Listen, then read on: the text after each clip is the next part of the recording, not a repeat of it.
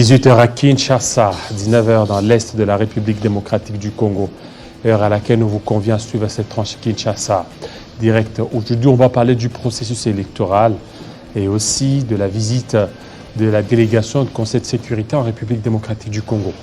Mais bien avant cela, de l'autre côté, nous avons Abibéou Massoudi pour les grandes lignes. Bienvenue à vous.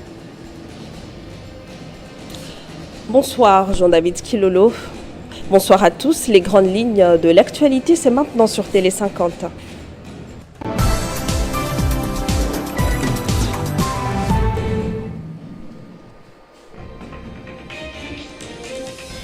Carton pleine pour l'accueil de l'ancienne première dame dans la province du Sud Kivu. Marie-Olive Lembe est activement engagée dans une tournée dans la partie est du pays.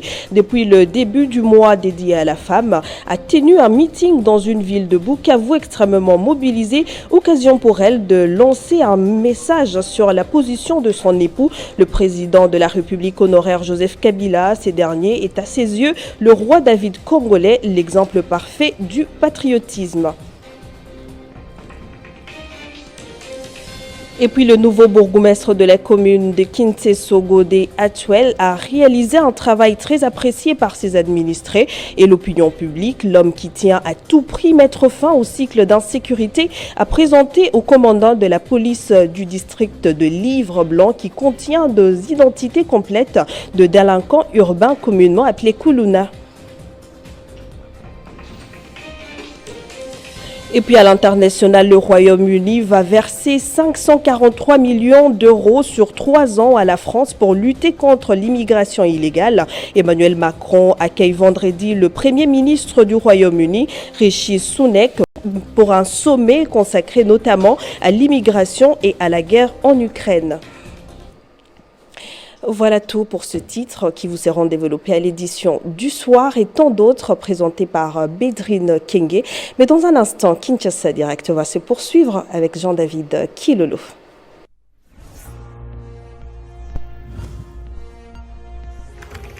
L'actualité reste en continu.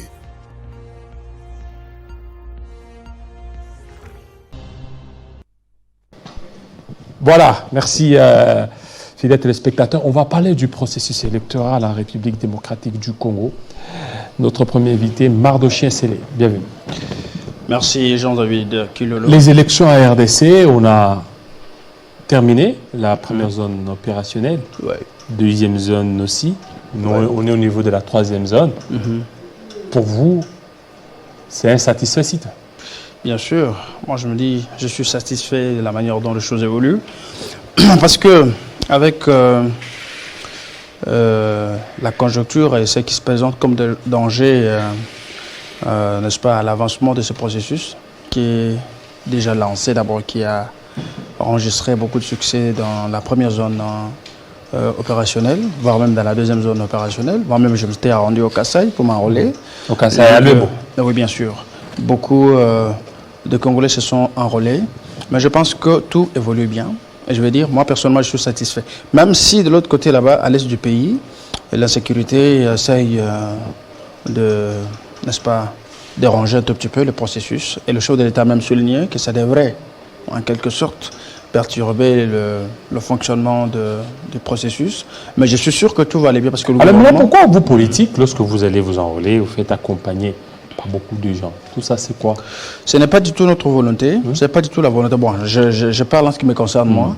Ce n'est pas la volonté des politiques. C'est plus les gens qui ont perdu leur légitimité qui vont corrompre le pays. Les gens qui ont perdu leur légitimité. Mais vous aussi, là, vous êtes fait accompagner. Il y a une différence. Vous êtes fait accompagner, on vous a vu, là. Je me dis, oui. C'est presque le même... c'est presque, en quelque sorte, la même chose, mais fondée sur des motivations différentes.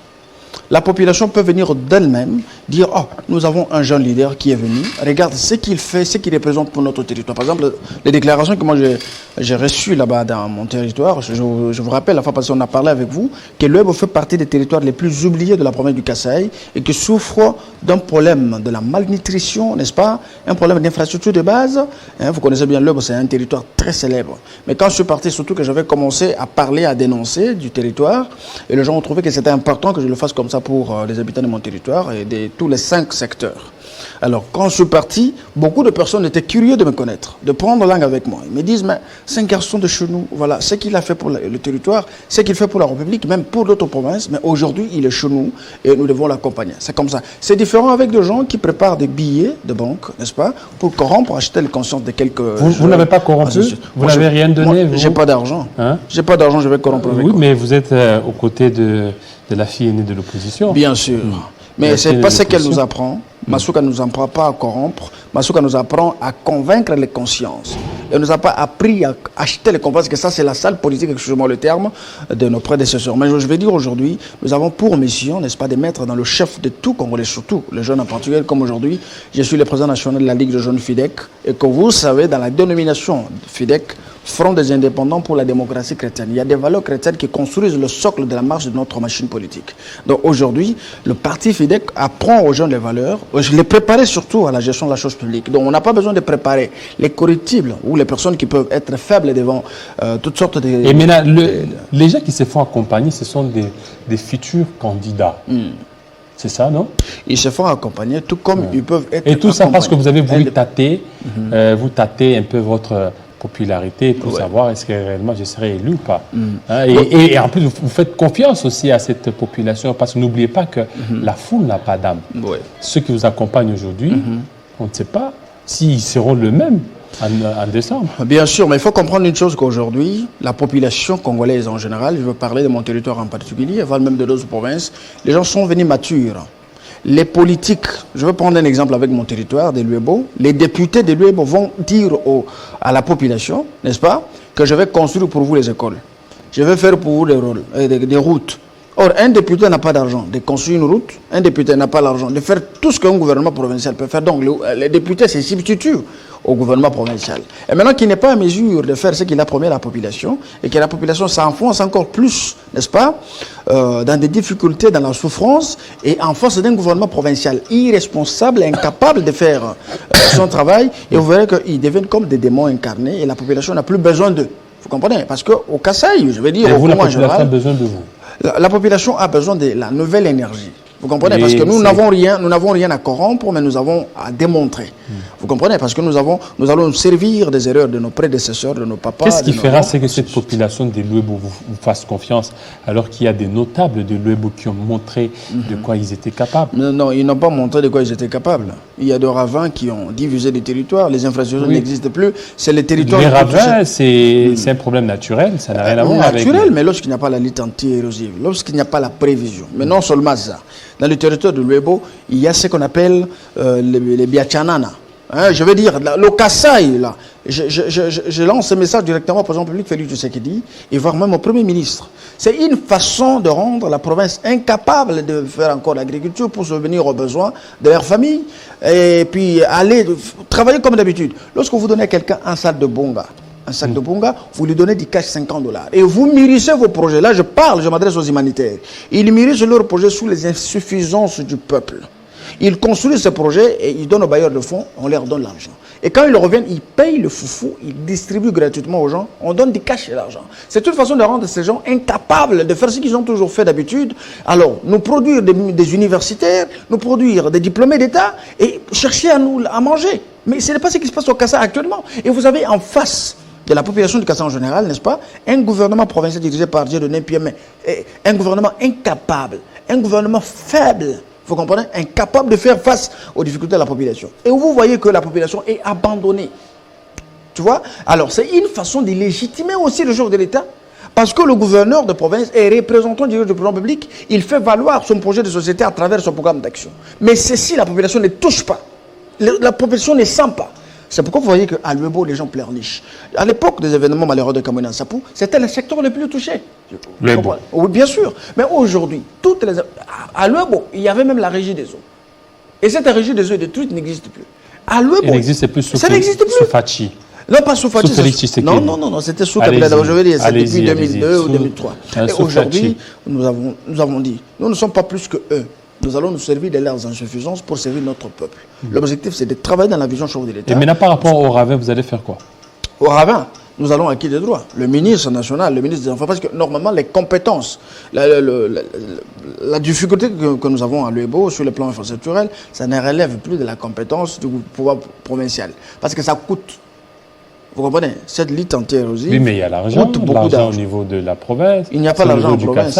Le Kassai, c'est une province qui dépend à 100% de la rétrocession.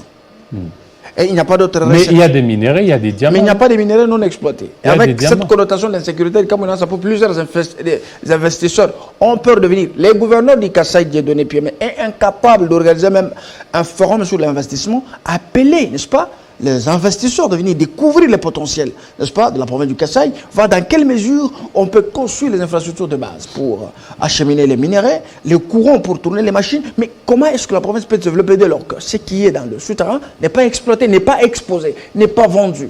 Donc vous voyez qu'il y a beaucoup de difficultés, donc il y a cumul de difficultés, la population est abandonnée. Je veux dire, l'UEBO souffre d'un grand problème. Les élus de l'UEBO sont ici. Je ne connais même pas leur nom. La plupart des élus ici, ils ne parlent pas pour l'UEBO, ils n'ont jamais parlé pour l'UEBO dans les plénières, ils ne s'expriment jamais. Et quand ils rentrent là, ils rentrent avec quelques petites motos achetées ici à Zando, quelques petites sommes d'argent pour corrompre les esprits faibles. Et le français dit, si tu me donnes un poisson, je mangerai. Mais si tu ne m'as pas empêché, je mangerai, je me fais. Vous comprenez qu'en FIDEC, le parti cher à notre autorité morale, son excellence, M. Kassaïni, nous avons une mission. La mission, c'est de répondre aux besoins de notre population dans la vision du président public Félix Tshisekedi. Vous comprenez? Ce n'est pas une question d'âge. Et oui, en plus, vous êtes là, ça fait longtemps que vous avez quitté l'UEBO, vous ne connaissez pas les réalités. Vous êtes revenu à l'UEBO, je ne sais pas si vous êtes né à l'UEBO, mais... Je suis né là-bas. Voilà, vous êtes revenu après plusieurs temps. Non, mais je connais. Et donc, vous êtes revenu pour des causes électoralistes. Est-ce que ces gens-là vont faire confiance? Pourquoi ne pas me faire confiance? J'étais au Kassai comme directeur du cabinet du ministre en 2019. Je suis allé aussi comme expert, n'est-ce pas? J'ai participé au dialogue intercommunautaire dans la pacification de l'espace Grand Kassai, dans les événements de Kamina Sapou. C'est moi-même qui étais le rapporteur. Je connais bien le problème du Kassaïen et chaque fois j'étais toujours en contact avec eux, même si j'ai évolué au Katanga, ma politique je le fais là-bas. Je suis revenu à Kinshasa, je connais bien. Je ne suis pas quelqu'un qui démarre en place, mais je vais vivre la réalité sur place. Nous sommes allés, c'est une question de faire comprendre aux gens, normalement, c'est quoi la vision qui peut développer le territoire, ainsi de suite. Telle est la mission de notre parti, qui est le FIDEC. On se bat comme ça pour faire valoir l'idéologie du parti dans l'exercice, quand nous serons élevés en dignité, quand nous serons à la tête des institutions, quand nous serons dans des institutions pour diriger et puis voilà, pour diriger. Et vous faites partie de FIDEC. Oui. FIDEC est des unions sacrées. Le processus est là. Ouais. La troisième ère opérationnelle présente des difficultés d'ordre sécuritaire.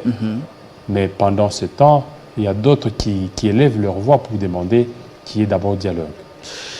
Je pense, en ce qui me concerne, moi, je n'ai pas besoin de dialogue. Moi, je n'ai pas besoin de dialogue parce que le chef de l'État est très déterminé. Il y a déjà des fonds qui ont été décaissés plusieurs fois pour organiser des élections dans le délai. Le président a dit dans ce dialogue, dans son adresse devant la nation, le chef de l'État avait dit « Je vais respecter la Constitution ». Et vous avez vu, la CENI s'est organisée pour sortir un calendrier. Mais avant cela, il faut que le Congrès se rappelle que le président de la CENI, Kadima, avait publié, n'est-ce pas, le 8 contraintes, n'est-ce pas, qui devrait faire en sorte que les élections ne se tiennent pas dans le délai. Il avait fait référence, n'est-ce pas, à l'insécurité et les guerres ethnico-tribales qui règnent à travers la République. Ce qui peuvent empêcher, n'est-ce pas, la distribution de matériel. Il y a même au niveau de Kwamout, là. Bien sûr. Vous avez vu que toutes ces difficultés ne sont pas soulevées aujourd'hui. On a soulevé cela avant même la publication du calendrier électoral. Je pense que les Congolais doivent comprendre que nous sommes dans les études pour voir dans quelle mesure le gouvernement peut user de tout son pouvoir, pour voir dans quelle mesure les secteurs qui sont dans les secteurs dans lesquels l'insécurité règne, qu'est-ce qu'il faut mettre en place comme stratégie pour que nos frères de l'autre côté puissent s'enrôler et participer aussi, n'est-ce pas, au processus électoral. C'est ça ce qui a marché. Cela n'empêche pas, toutes les options peuvent être soulevées, n'est-ce pas, pour qu'on trouve c'est quoi la bonne voie à suivre. Mais l'histoire des dialogues, vous savez que le Félix Tshisekedi, notre président, nous amène un autre vent. Ce sont toujours les assoiffés du pouvoir, ceux qui veulent toujours profiter, avoir l'argent et tout ça, ils veulent toujours créer des situations dans lesquelles cette situation peut nous amener à une négociation pour mettre en place un gouvernement d'union nationale et chaque personne qui est dans l'opposition, parce que la plupart des gens qui partent dans l'opposition, ils ont faim, ils n'ont plus d'argent. Ils ont régné. Aujourd'hui, ils créent des situations rocambolesques, imaginaires, qui relèvent de l'air imaginaire, excusez-moi, pour faire partie du gouvernement. Mais le chef de l'État avait dit qu'il ne devrait pas rester au pouvoir de manière illégitime. Il va légitimer son deuxième mandat à travers les élections qui vont s'organiser en 2023. En décembre. L'histoire avec beaucoup d'incertitudes. Hein? Je suis en train de partir. L'histoire avec le dialogue, soyons un peu réalistes. Vous allez comprendre que ce sont les mêmes personnes qui ont chanté à l'époque de Joseph Kabila que nous avons besoin de dialogue, tout ça. Ce sont les mêmes qui reviennent avec la même thèse parce qu'ils ont besoin de gagner, et c'est bouffer, tout ainsi de congolais. suite. C'est tout congolais. Non, non, c'est pas tout congolais. Je vous dis, c'est tout congolais. Je fais partie de ces congolais-là. Je connais même ceux qui sont aujourd'hui avec l'Union sacrée. Ouais. Qui au départ chantaient pour le dialogue sous Joseph Kabila. Et vous savez. Et aujourd'hui, ils sont au pouvoir. Ils commencent à refuser les dialogues, mais on ne sait pas s'ils vont certainement rallier la voix de ceux qui veulent assez qu'il y ait dialogue. Mais vous savez une chose, les gens qui ne veulent pas du dialogue, ils ont besoin des élections dans le délai, n'est-ce pas? Alors, quand quelqu'un dit nous avons besoin des élections en 2023, les dialogues nous ramènent encore en arrière. Le dialogue va encore pousser notre démocratie. Nous allons reculer. Vous comprenez? Parce que les élections vont légitimer le pouvoir de Félix Tshisekedi. Nous aurons encore une nouvelle classe politique, ainsi de suite. Le deuxième point, vous allez vous rendre compte que le chef de l'État, Félix Tshisekedi, ne veut pas que le pays tombe encore dans de difficultés. Nous sommes dans les processus. Mais il y a déjà les difficultés. La CENI de Denis Kadima, Denis Kadima dit jusqu'au mois d'octobre, il n'y a pas de financement. Il y en aura. Nous en fait. Il n'y a pas d'octobre, novembre, décembre, janvier, février. Et donc, ça fait pratiquement 4 à 5 mois. Non, il fallait qu'il n'y a pas de financement. Donc, c'est bloqué quelque part. Non, il faut faire la différence entre le retard et le refus, n'est-ce pas, de financer les élections. Mais ce retard, ça risque d'impacter négativement sur les vous savez, le électorales. ministre des Finances est conséquent. Il a même dit dans une émission qu'il était à mesure, n'est-ce pas, de financer les élections. L'argent des élections existe. Il y a l'argent pour financer les élections. Ça, c'est pas un problème. Quand on soulève qu'on n'a pas financé, on n'a pas fait ceci, cela ne peut pas poser du tout une difficulté. Je sais que tout peut toujours marcher. De toutes les façons, le ministre des Finances peut toujours donner l'argent à la CENI et on va évoluer. Et vous avez vu, on a lancé les enrôlements dans la 3e zone opérationnelle. On a lancé les enrôlements, mais ce qui prouve que la volonté y est. C'est buté à la difficulté sécuritaire. Bien sûr, mais le gouvernement s'assume. Il y a encore des efforts qui sont en train d'être fournis. Que les Congolais soient en paix. Nous ne voulons pas des trucs de dialogue pour prendre les virus et les insérer encore dans le... Mais ce sont des Congolais. Hein, ce sont des Congolais, on n'a pas besoin. Des Congolais. Mais je vous dis, quand je parle de virus, les mentalités de ceux qui veulent voir ce Congo rester toujours à genoux. Et surtout en ce qui concerne notre démocratie. Mais le dialogue fait partie des vertus africaines et encore des vertus congolaises. Mais si nous voulons évoluer, nous pouvons voir les choses autrement, Jean-David. Le chef de l'État a dit qu'il doit respecter la Constitution pour que les élections s'éteignent dans le délai. Alors, la CENI a fait des propositions. A dit voilà, les contraintes qui vont faire en sorte que les élections ne puissent pas se tenir en 2023, voilà, on a expliqué. Le gouvernement s'assume. Il va donner le financement. Le gouvernement, à travers les opérations qui sont lancées. Il y a déjà les retards de décaissement. Mais on va donner, c'est pas un problème. C'est qu'à cela n'empêche, vous avez vu que la CENI continue toujours à lancer des opérations. C'est vrai, la volonté existe. Et du côté du gouvernement, on va financer, peu importe le retard qu'il y a eu, on va donner de l'argent et le processus. Vous êtes prêts pour les élections? Nous sommes prêts pour les élections. Pas pour les dialogues. Ce sont eux qui ont peur de ne pas affronter. Pas pour les dialogues. Les dialogues vont nous servir à quoi? Non, mais parce que vous avez suivi le ministre. À enlever toute zone d'ombre. Vous avez suivi le ministre de l'ESU, Moïno Zangui, qui a encore éclairé l'opinion. Donc c'est pour vous dire que de toute façon, il y a la volonté et il a une volonté manifeste d'ailleurs. Qu'est-ce que Moïno Zangui a dit? Mais il avait soulevé une question, il dit non, mais de toute façon, pourquoi les gens veulent qu'il y ait suspension, n'est-ce pas, du processus électoral? Non. Parce que quand il y a des difficultés, le gouvernement aussi se bat pour faire face, n'est-ce pas, à ce genre de difficultés, ce qui serait possible pour... Voilà, le processus électoral tel que annoncé, les difficultés, mais déjà au niveau de là-bas, on a vu la première dame. Ouais. Maman Denise Nyakeru, qui a été accueillie par la fille aînée de l'opposition. Oui.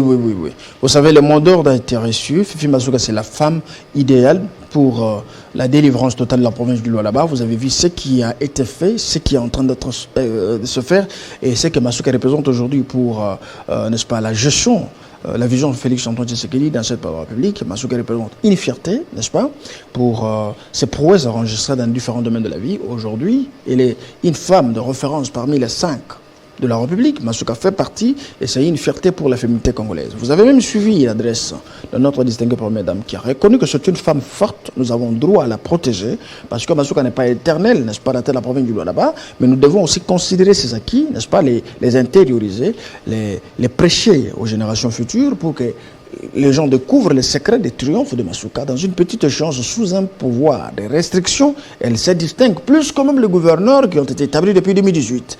La province se distingue. En termes d'infrastructure, Masuka se distingue. En termes de mobilisation de recettes, la gestion des conflits interethniques, la gestion des cohabitations, Kassai, Katanga, elle en était pour beaucoup. Et ce ballon d'essai qui a été lancé, est-ce que vous avez une connaissance sur ça? On a suivi qu'il aurait démissionné, qu'il aurait déposé cette démission. Ça s'appelle spéculation en politique.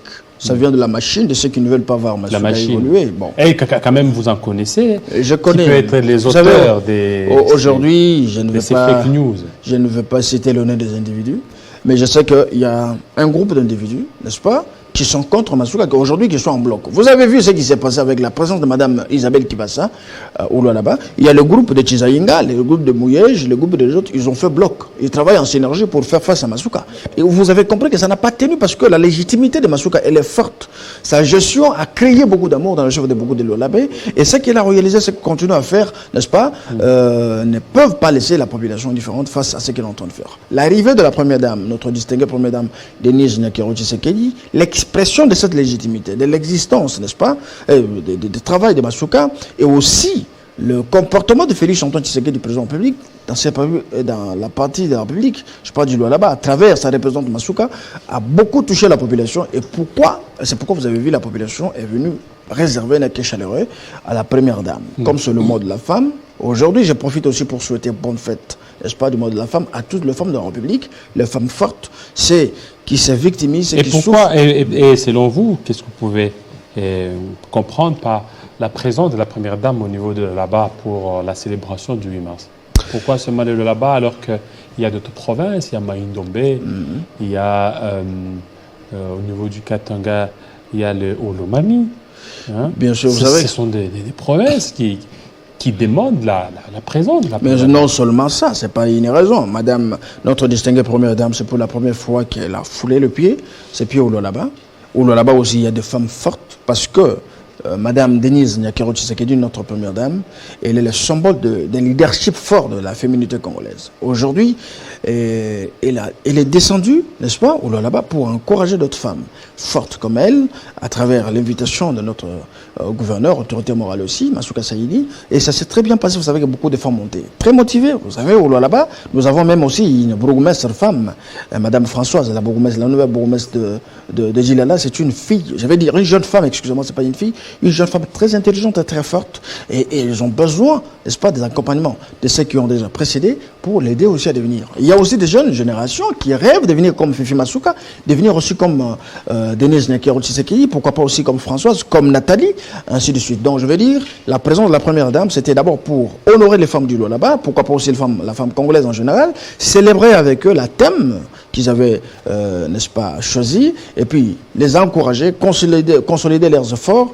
Ensemble, je pense que ça pouvait fournir quelque chose, je pense, la féminité, un leadership féminin au service des institutions, sur les femmes voyantes, dans la vision chef de l'État, je pense que ça peut donner quelque chose de positif. C'est de cette manière que nous pouvons féliciter notre première dame pour sa présence au là-bas et ce qu'elle a fait. Et remercier aussi Madame le gouverneur Fifi Masuka Saïni pour ses efforts. Voilà, nous pour terminer, Fidek est là. Ouais.